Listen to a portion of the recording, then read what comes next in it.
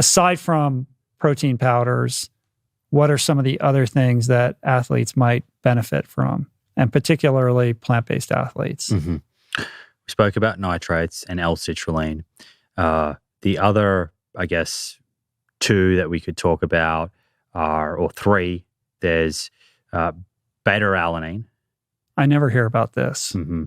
So there's beta-alanine, creatine, and caffeine, before I forget, those three, along with nitrates. So consistently in all of the consensus position papers looking at the best science, they're the ones that surface as having the most ergogenic effect. Well, let's start with beta-alanine. Sure. So beta-alanine, alanine is anyone who's taken this, or some people that have taken this, will have experienced some paresthesia.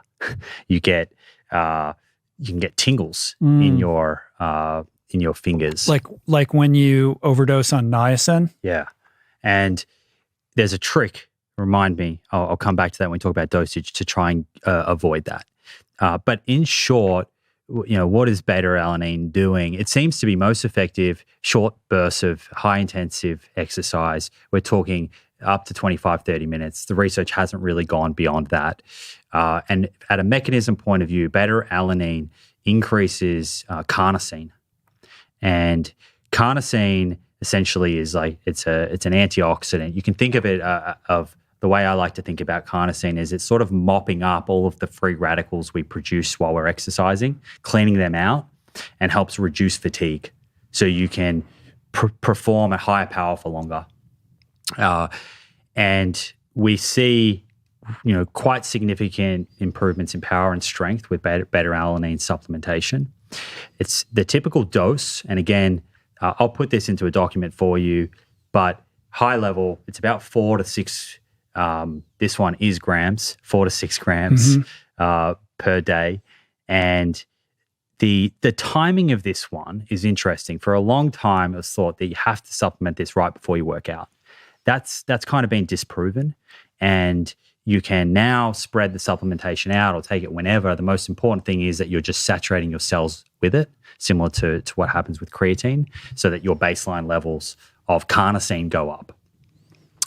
So 4 to 6 grams, and you could take that in one dose, but that is where quite a lot of people get this tingling. It's like a hot rush, itchy. It's uncomfortable, and it's often put into those like hardcore pre-workouts. That's the ingredient that's doing that. Yeah. So the strategy there, like the crazy stuff at GNC that comes in like a bright red can or canister plastic tub or something. Yeah, and they have a whole lot of things in there. I am not a big advocate of those. I think you're better off trying some of these targeted ones where it's a single ingredient or like 2 or 3 ingredients and seeing. Does it come in like a capsule form? You can get capsule or you can get a powder. Usually it's flavored, raspberry or lemon or something. And if you want to avoid that paresthesia, because you don't have to take this as one single bolus before you work out, you split it. So it could be 2 or 3 serves throughout the day, and then usually that removes that side effect. So that's beta-alanine. That's one for people to consider. Creatine's the kind of obvious one. Yeah, most people have heard of that. It's sort of, typical amongst the bodybuilding crowd.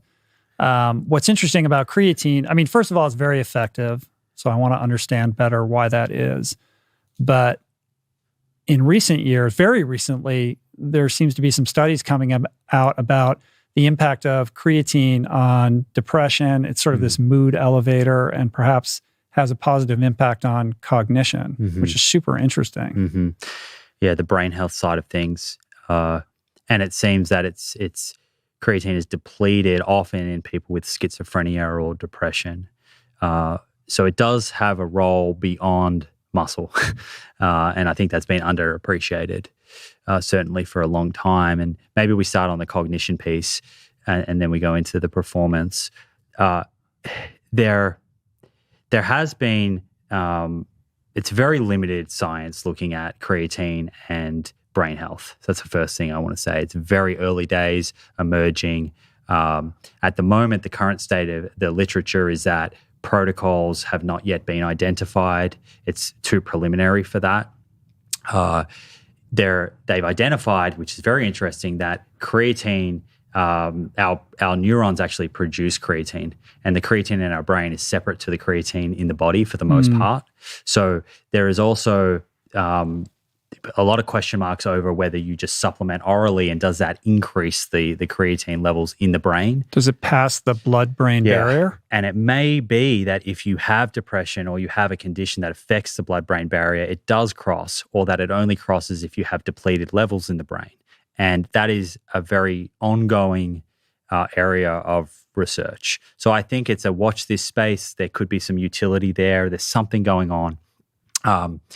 There have been talks of vegetarians in particular perhaps benefiting from creatine supplementation from a cognitive point of view. And the theory there is that, well, animal products do contain a little bit of creatine. Your body, it's not an essential compound. Your body does make it. But there is some advantages, at least from a performance point of view, to have a bit more in your body over and above what it makes. And animal products do contain a little bit of creatine, not enough to fully saturate the body with creatine unless you're going to have 2 kilograms of meat or something. But there has been this school of thought that because there is some creatine coming in through animal products, perhaps vegetarians could benefit from creatine supplementation from a cognitive point of view. And there's 2 studies that have come out that I think are interesting to talk about here, because I do think this is a little bit misunderstood.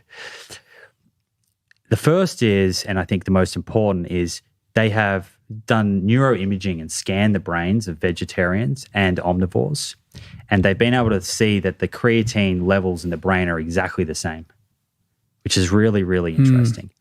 And that probably is back to what I said earlier, that our neurons are actually synthesizing creatine, separate to the rest of the body.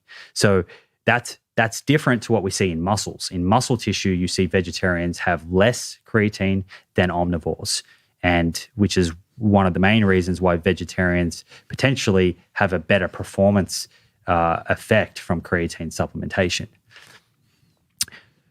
There's a study that came out 2010 by a researcher called Benton, and this is the kind of study that everyone cites, looking at cognition between vegetarians and omnivores with creatine supplementation. So it was a randomized controlled trial, placebo, and what they showed is there was a significant difference in cognition between the vegetarians and the omnivores that were supplementing with creatine. But this study is misinterpreted. So let me run through. So this is the study that gets thrown around on social media to establish that vegetarians have some kind of brain problem. Yeah. So let me just walk through exactly how they did the study, and we can just think about the findings here. So baseline, they tested the cognition of the omnivores and the vegetarians. This was before supplementation. And this was a recall test. So you're going to hear 30 different words, and then you've got 2 minutes to write them down, as many as you can. That was the cognitive domain. It's a memory test. At baseline, there was no difference between the 2 groups. So the vegetarians and the omnivores performed exactly the same.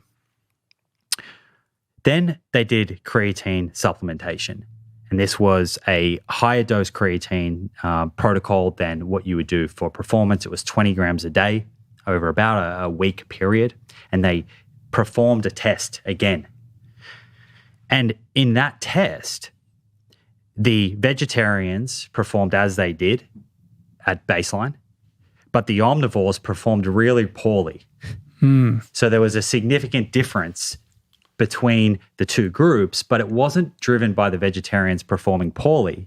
It was driven by the omnivores performing poorly. So something about the creatine supplementation decreased the omnivores' cognition.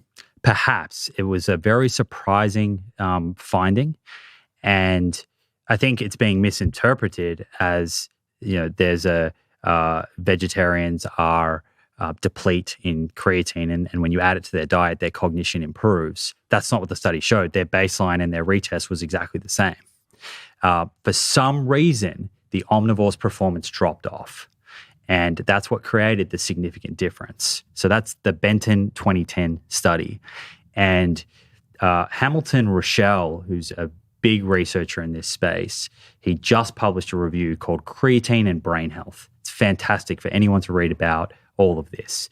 And he essentially speaks about the misinterpretations of that study, talks about the fact that vegetarians and omnivores have the same levels of creatine in their brains on scans, and finishes by saying we need further research because for now we can't see a significant reason for vegetarians to be supplementing with creatine for brain health. That's fascinating. So how does it get perverted and turned into this narrative that gets thrown around to I'm not sure it's kind of malign, I'm not sure it's intentional. I think that if you sort of just look at one side of the study and you disregard the baseline, you just look at the two bars on this graph, you see the vegetarians performing really well compared to the omnivores. So I think it's just a misinterpretation of the data more than anything.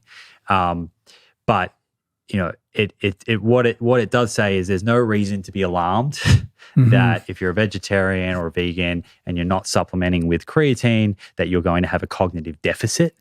The science does not show that. And while there will be more science done, I think down the track, if they work out a way to increase creatine levels in the brain for certain conditions, whether it's schizophrenia or depression, I think omnivores and vegetarians will likely benefit in a similar manner. Have they done studies on depression specifically? Because you spoke about cognition, but depression is an altogether different I haven't seen any of the data in terms of supplementing people with depression with creatine and seeing outcomes. I can look into that, but what I've seen is that people with depression often have lower levels of creatine. And I believe certainly the conclusion of Hamilton Rochelle's paper was that we need far more information. And even for conditions like depression and schizophrenia, there's no science to date that gives us very clear confidence to recommend a certain protocol of supplementation for these people. Got it. So in the context of athletic performance, there's some anabolic effect to creatine. So help me and everybody understand what that is. I guess, put simply, our body uses glucose or carbohydrates into glucose that enters our cells. People will have heard of the mitochondria. And this is like the energy factory. And through a whole sort of complex set of biological reactions, we turn this glucose into ATP. And creatine allows you to produce more ATP. And that is allowing you then to increase your power and your strength. And the benefit of that is that you can increase your training volume, then therefore get greater adaptations. So it's not a situation in which it just grows your muscle. It just allows you to push harder, go longer, and then as a result of that, get stronger, faster, et cetera. For the most part, you will get a little bit of a filling out with the water retention. That can kind of make you feel a bit fuller. Puffy. And some people like that look, and others don't. And I've definitely, the feedback I've had from some endurance athletes is they don't like that, and they think it works against their performance, carrying that extra sort of water retention. But by and large, it is just allowing you to do more work. You get a greater stimulus and then therefore greater adaptations. And it's one of the safest, most studied ingredients. Safety up to 30 plus grams per day with no side effects other than some gastrointestinal upset in certain individuals. So something to be aware of, but it's not that common, certainly not as common as sodium bicarbonate, which is another supplement that I really don't recommend because it causes a lot of gastrointestinal upset, even though it is quite ergogenic. But creatine seems to not affect that many people in that way. And the dosing the recommendations have changed over the years. It used to be thought you need to have a high dose, 20 grams a day for about a week. That will saturate your cells, and then you can drop to a maintenance dose of 5 grams per day. That still is an option. It's now also been shown that if you just jump straight to 5 grams a day, by 4 weeks in, you will have saturated your cells. So you can, choose your own adventure there. Interesting. I mean, I would think that much like a bodybuilder has a bulk phase and a lean phase, that an endurance athlete could benefit from this by using it during heavy training periods or training camps to get the adaptation effects, but then cycle off of it where they can lean out and lose some of that, water retention that creates unnecessary, a weight drain, where power to weight is so important, and that's in those sports. Yeah, I think that makes sense. And that's probably also what bodybuilders do. And when they're trying to lean out, they jump off of it. So, certainly there's nothing wrong with using it like that in a sort of cycle on off fashion. Right. And it does seem like it's safe. I mean, how do they manufacture it? What is it comprised of? That's a great question. I always assumed it wasn't a vegan product. No, because you associate creatine with you certainly can products. Get vegan creatine 100%. And the more and more now you're seeing brands that are selling vegan creatine will have that on the label. So I know that's certainly possible. It's synthetic, so it's probably made in a laboratory. Right, but basically on the safer side of supplements that you're going to take. Definitely, in all of the different consensus positions, it is considered the most studied and the safest of all of these various supplements that we're talking about.